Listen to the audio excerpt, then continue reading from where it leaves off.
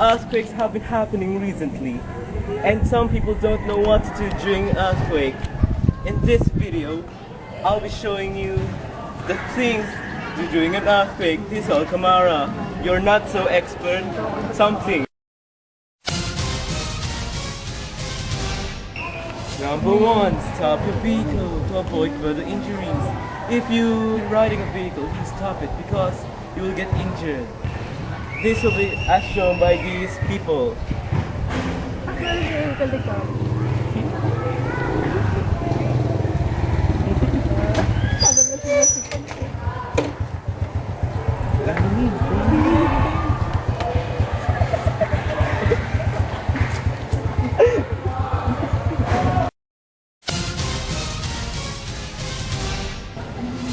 Number two, get away from electrical poles as soon as possible. These fallen debris might kill you. So, if you want to live one more chance, run away from them.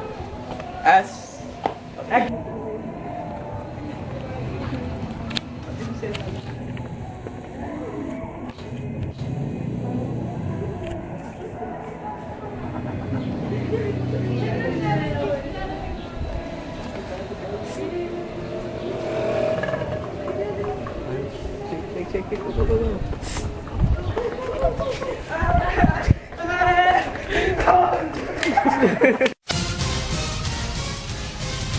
Number three, when an earthquake occurs, go to an open area. It's much safer than with infrastructures. An earthquake? No!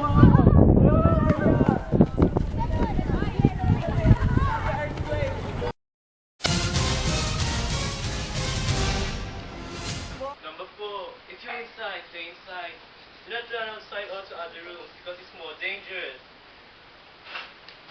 Nope, don't go outside, it's dangerous. Number five, when an earthquake occurs and you're at home, hide on a table or something stable for protection, like this. It's an earthquake! Go on the table now! Go!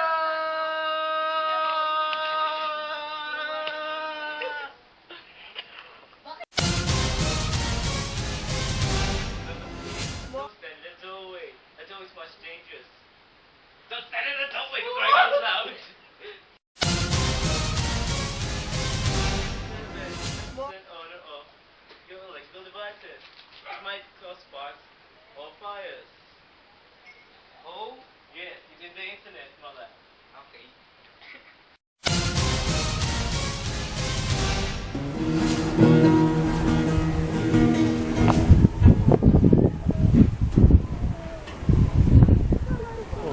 Number 8. When an earthquake occurs, go out of the bridge because a bridge is very fragile and that might injure you or if you fall in the water. Oh no, it's an earthquake! Run!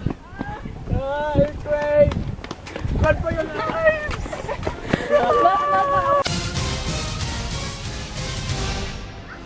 Nine, always be prepared. Here are some ways how to do it. One of the preparations for having this kit, a 72-hour survival kit. It will make you survive for 3 days. Here are the things that you should pack. Alcohol, shampoo, water, that is safe, flashlight, canned goods, money, underwear, towels, soap, toothpaste, and toothbrush.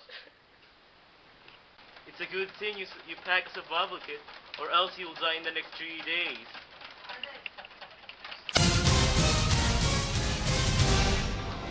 Number 10. Don't get near a building with lots of windows. The fragments might drown you.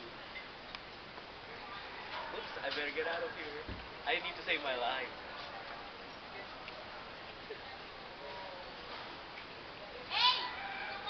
Oh, there's a window! Let's go there! Okay! Wala pa! Those are the things that you should do during an earthquake. Tune in next time while I discuss things to do during dates. I better run this crowd.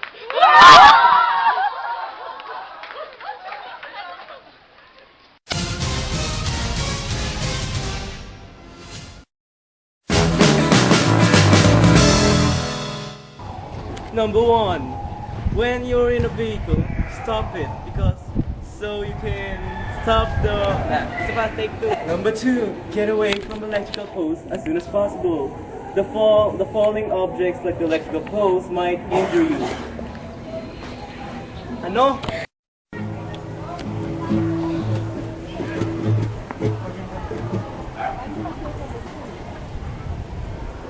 Oh, number 8. When you're in a bridge and an arterial course, you should go away. You should go